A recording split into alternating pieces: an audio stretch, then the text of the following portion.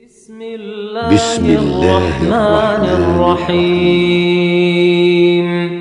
تبارك الذي بيده الملك وهو على كل شيء قدير. الذي خلق الموت والحياة ليبلوكم أيكم أحسن عملا وهو العزيز الغفور.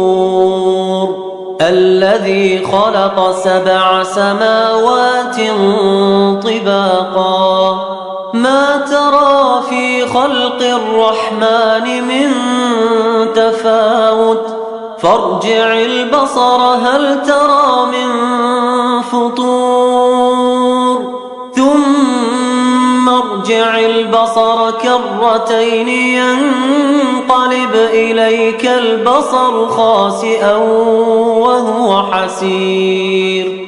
ولقد زينا السماء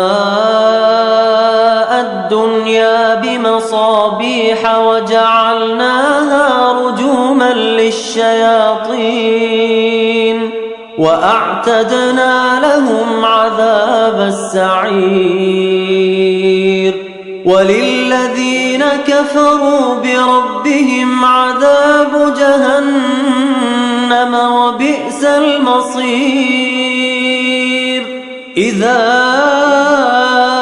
ألقوا فيها سمعوا لها شهيقا وهي تفور تكاد تميز من الغيظ كلما ألقي فيها فوج سألهم خزنتها ألم يأتكم نذير قالوا بلى قد جاءنا نذير فكذبنا وقلنا ما نزل الله من شيء إن أنتم إلا في ضلال كبير.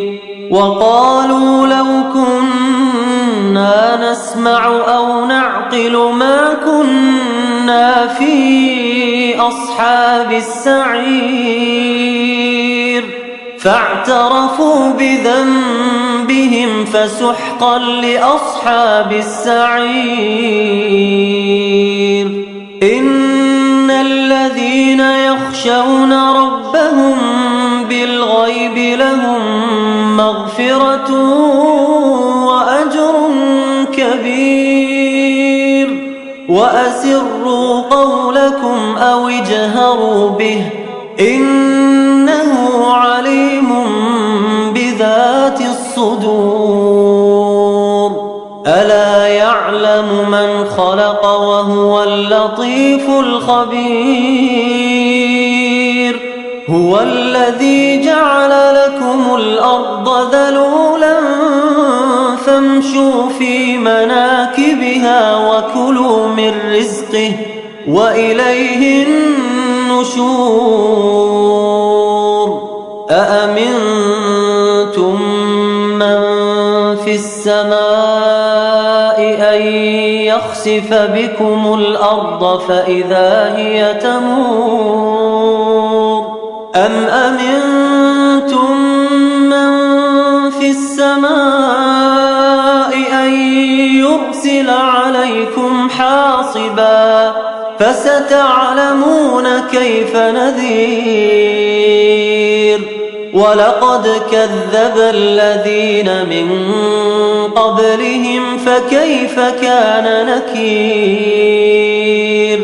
أولم يروا إلى الطير فوقهم صافات ويقبضن ما يمسكهن إلا الرحمن إنه بكل شيء بصير. أمن هذا الذي هو جند لكم ينصركم من دون الرحمن